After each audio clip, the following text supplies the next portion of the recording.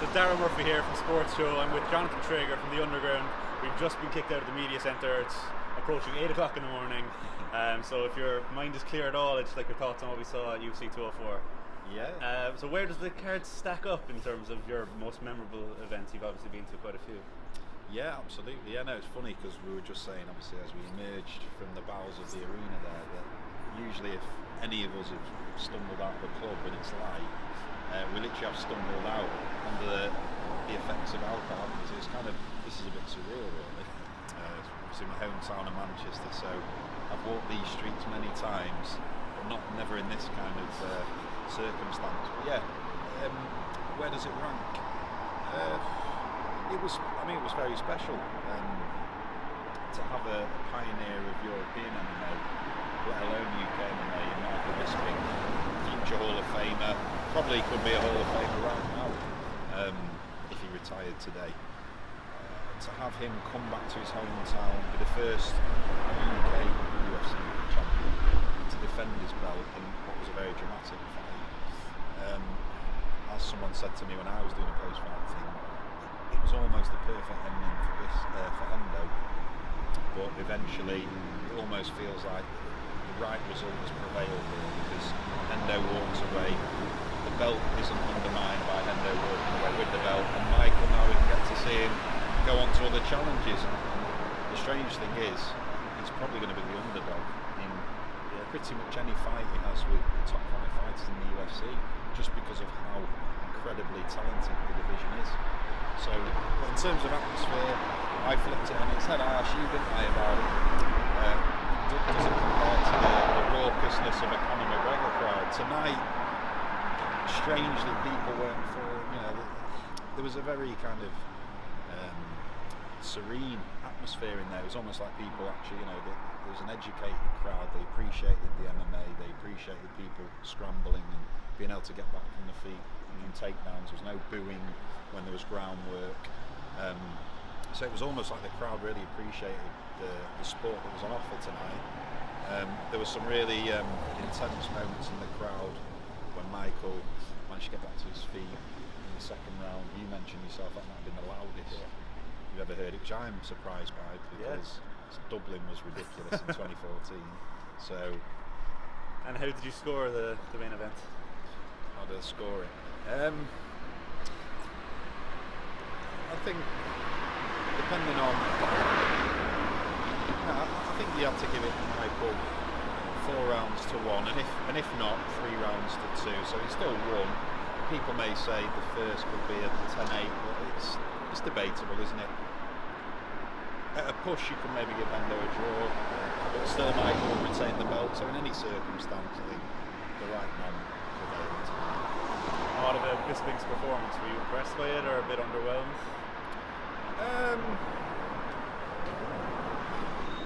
I wouldn't say underwhelmed. I mean, the general consensus here during the fight week was obviously Michael going up against an elderly Henderson at this stage of his career, should win handily. But it's Henderson, isn't it?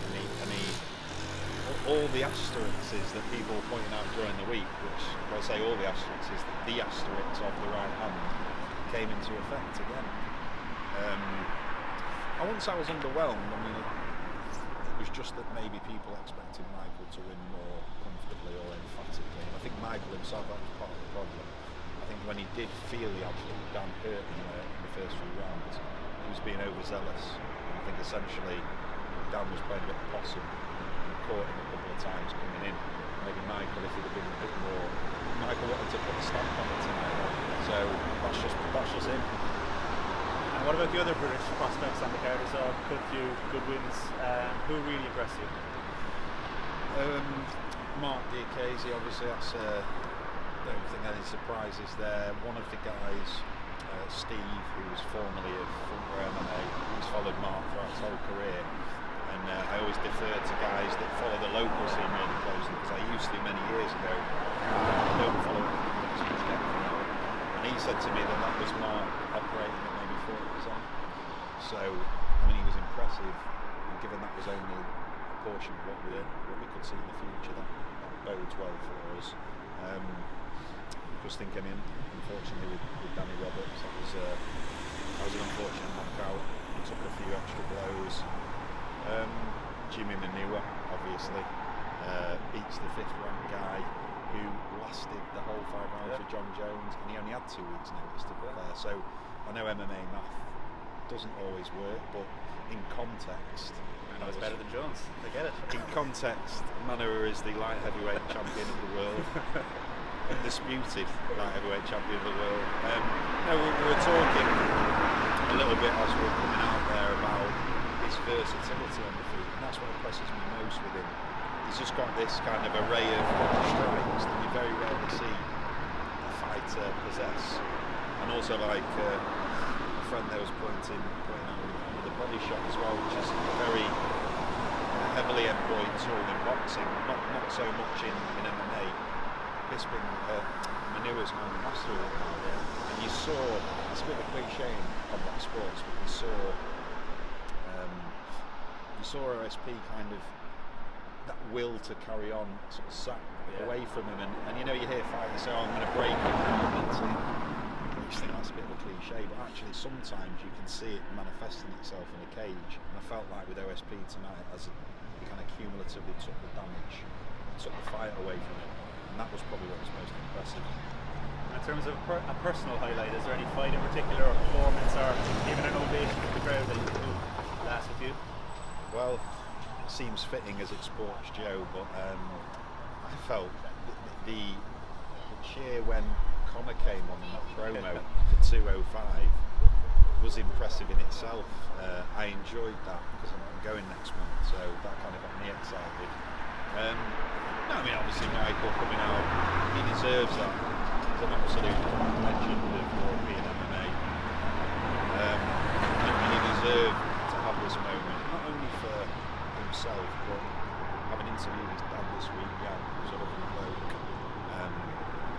It kind of felt like it was a gift to the people who believed in him all along. And I bet half of Clitheroe was in there tonight. I know Jan was saying he must have sorted out about 100 tickets. So just kind of felt like for the people that have grown up with Michael and supported him through a lot of adversity in his career, it kind of felt like that was a bit of a present for him. And in terms of what's next for Michael, do you think it is just down to that Rocco, Jacare, Vladimir 4-person tournament, really, or do you think Mousasi did enough to warrant a show? No, I think because if you now put Gegard, I think Vitor is 5th in the rankings, so if you assume that he, supplants Vitor there, you've got to give it to one of them, because also with it being in quite quick succession, those 2 fights are going to take place in the next 6 weeks or so. So they'll coincide in terms of timing for Michael's next fight. We've just seen he was a bit battered as well. He's probably going to need the extra couple of months to recuperate. So I think it's definitely going to be one of those 4. Most likely Jacare if he beats Luke, I would say. Because everyone's kind of trumpeted his cause for a while. So yeah. And obviously you're Manchester born and bred. How important do you think this card was, being in Manchester, having a Manchester fighter main event and defend the UFC title? How important do you think it was for the UFC scene in Manchester? Yeah, I mean, May scene, I should say. May scene. Yeah, it's such a hard one because, as we all know, the UFC is the final frontier of MMA, or whatever kind of hyperbole you want to employ when you talk about the UFC, but it's so hard. Grassroots MMA is so vastly different to this kind of elite level. Sometimes it's hard to map onto it and say, oh, there's going to now be a knock-on effect to it.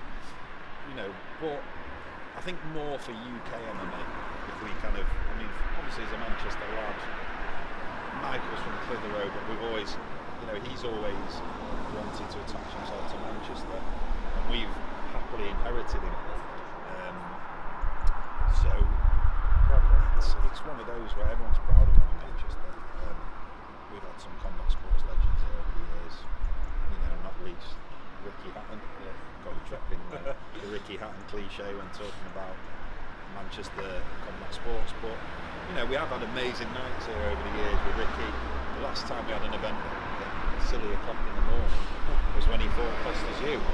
So this is the first time in 2005 or something, so it's the first time in 11 years we've had something even to remotely compare to. So in that regard, it's very important for Manchester combat sports and also UK combat sports. You know, we've got some talent coming through, as has Ireland, and long may it continue. There about it being silly o'clock. Do you think that played a part at all in even Bisping's performance? Do you think there wasn't that intensity really? You kind of plodding at times. Do you think that, like fighting at what it was like 5:30 in the morning? Do you think that played a part? And how did you feel about yourself working through it? I just enjoyed myself in the stands tonight. Usually by the time fight night comes, I've kind of done my work. So now I really kind of sat back and savoured it tonight. But yeah, I mean, maybe he lives in the States, doesn't he? So kind of, I suppose, it's his time. Yeah. But obviously they've been over here acclimating for a couple of weeks. I don't know. I think Jimmy Manua said, didn't he? Yeah. In the post-fight press, he was a bit I tired. think Brad Pickett as well said that it affected him when he lost. So. Right. Yeah. I mean, you saw them. You only arrived. Did you arrive today or yesterday? Yesterday for the weigh-ins, yeah. For the weigh-in. So I've kind of been camped out the fight hotel this week, and a lot of them have been.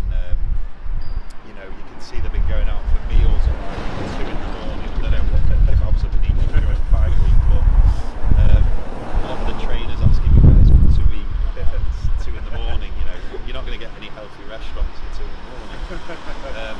But they've all been hitting pads and going to the training room at 3 in the morning. One of the managers told me he was having to punch his fighter during a film to keep him awake. And that kind of highlighted the ridiculousness of what's gone on here tonight. But